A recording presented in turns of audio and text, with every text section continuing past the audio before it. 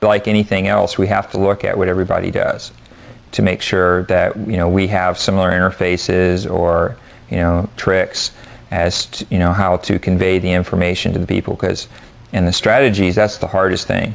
We have so much information. We have to be able to get it to the human player, but not bog them down. Mm-hmm.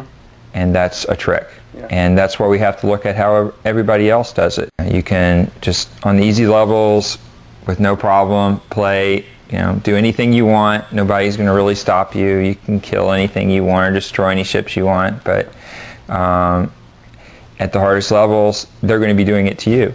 And you become more defensive, and you have to come up with strategies. The elements of balance and choice. Those are the mark of a really great board game.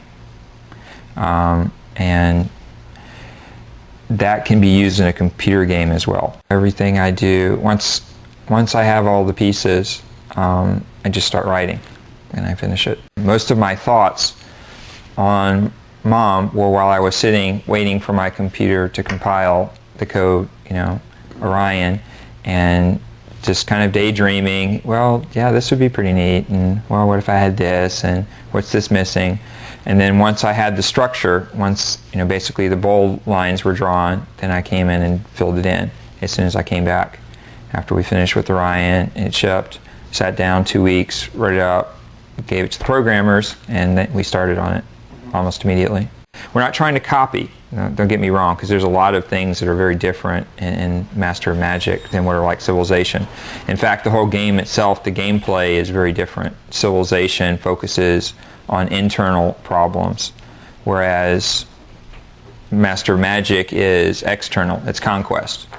And that is a fundamentally different problem, and the game is different. It's just on the outside it might look look the same. Played so many role-playing games, just cranked out the spells, one spell after another. Never really thought about it. I mean, I enjoy it, but again, it's just variety. You give them a lot of things to play with and combine how they want to. And I like role-playing games. I don't believe that the role-playing games that we actually play on the computer are quite as good of a translation, from the paper to the computer as what the board games can be to the computer. It really loses a lot of the social aspect of the role-playing, but at least we can get the powers. We can get all the things which a lot of people get into, and those are the elements we were trying to draw. Location theory, towns just didn't grow up where you wanted them to, and here the chance for it to grow depends on the area. Does it have a lot of food? Does it have a lot of gold? And it can actually die. There's no guarantee that this actually becomes a city. It just means that you have to be a little more meticulous about where you decide to stick your cities. It's a 2 meg file just of online help. Anything which is referenced in the game that you can see, you right click on and it gives you a description.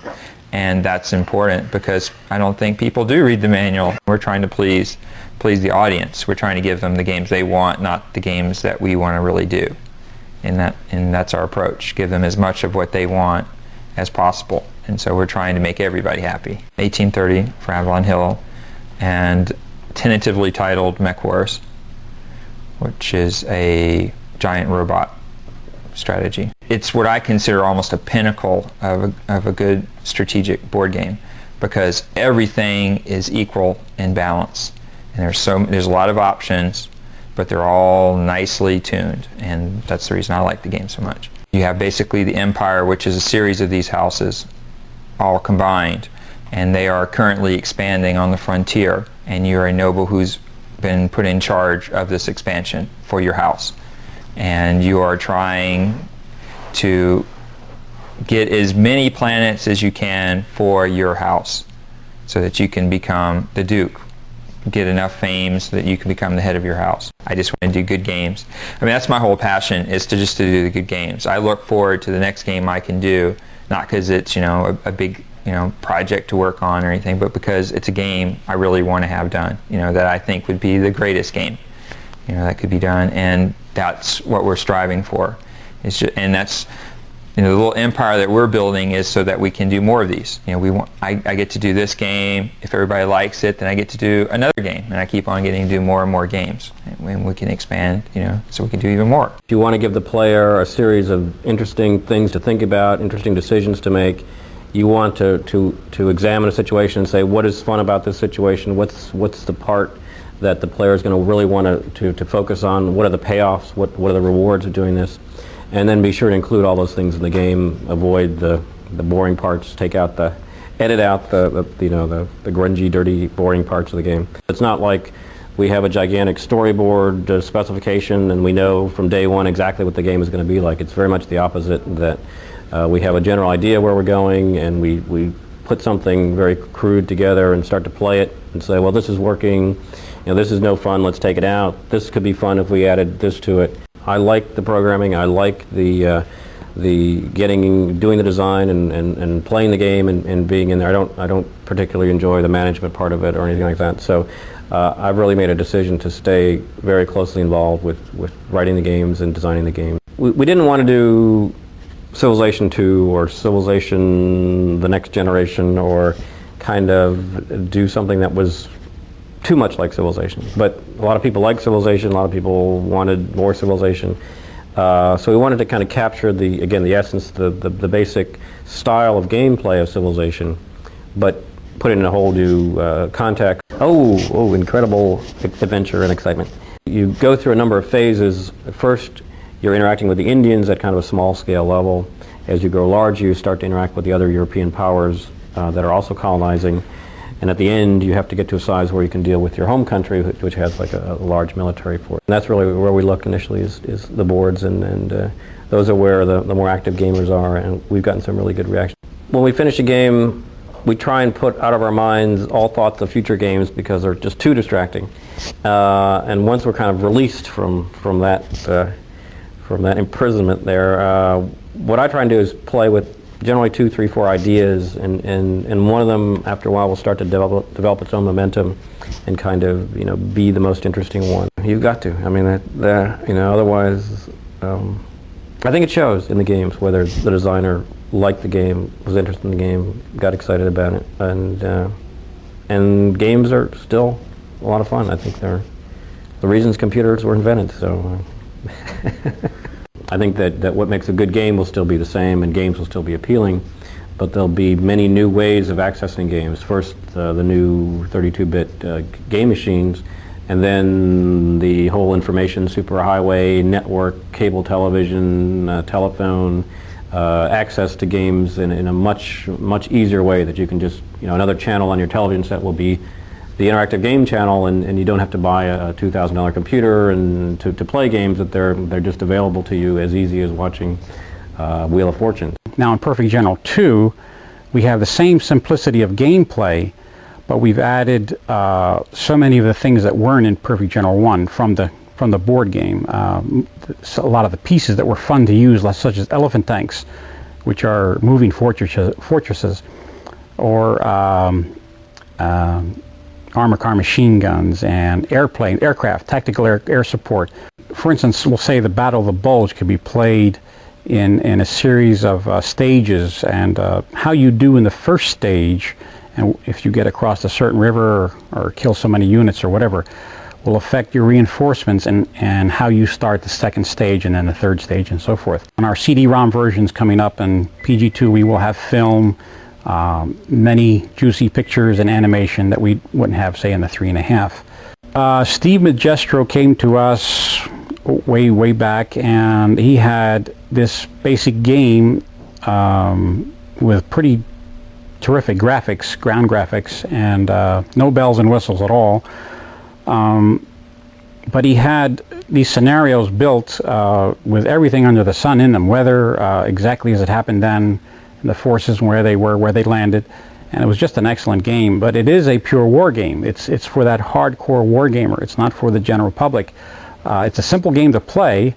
It's a pretty challenging game to try to win. Well, Battles of Time has been in my head for, in fact, we actually played this on the board as a board game 15, 18 years ago, and we had a lot of fun with it. We did it with Napoleonics, we did it with Civil War, and with World War II stuff. This 1,000 years from now, there is a very crude time machine that's been invented by man and scientists, and they can go back in time and to do whatever.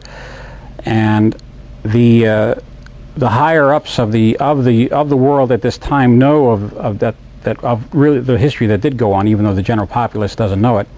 And so they take their most brilliant minds of the time, and it is their object to go back in time to fight these different battles, whether it's Napoleonic or Civil War or Roman or Stone Age with spears and stones, and refight these battles to learn tactics and strategy and also weaponry. Well, we've got so many games under development, and they take a ton of testing and developing. It's a shame. I hardly look at what else is out there because we do our own thing. We don't copy anybody else's stuff, and it's tough. I really don't see what's out there too much. I may take a cursory look, but I really don't play them. And I know there's good stuff out there beside ours, of course. Well, on premise this year, we're building the Great American Wonder and Railway System, and what this is inside this complex will be a doll museum, but will be the world's largest model railroad. I built formerly the world's largest model railroad on another site, which is now, since that took 81 men to run that system and was open to the public 2 weekends a year, and the monies went to charity and so local charities. Now we're going into a commercial enterprise, and this railroad was 15 times the size of the old railroad. We have mountains and valleys that represent between 3,000 and 3,500 foot mountains. There will be a little over 50,000 feet of track. You want to hear all these details? Okay. 50,000 feet of track,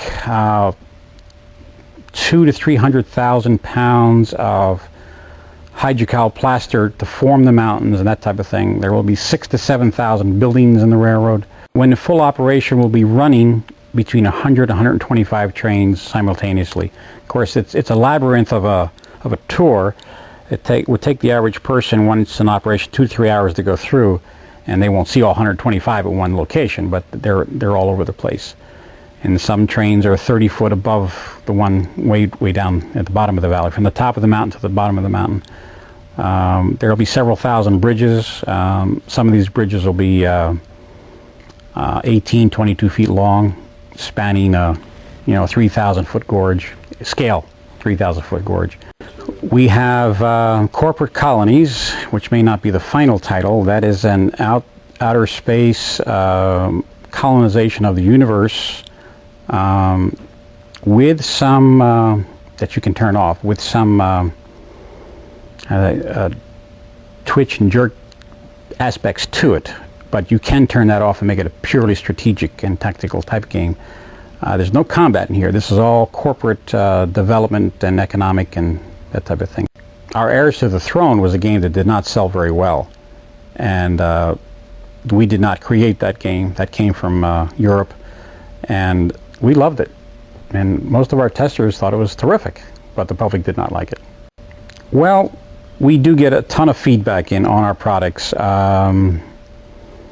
It'll make us bend our thinking slightly here and there, but I think we have a good core of design, and we've got to do what we believe in.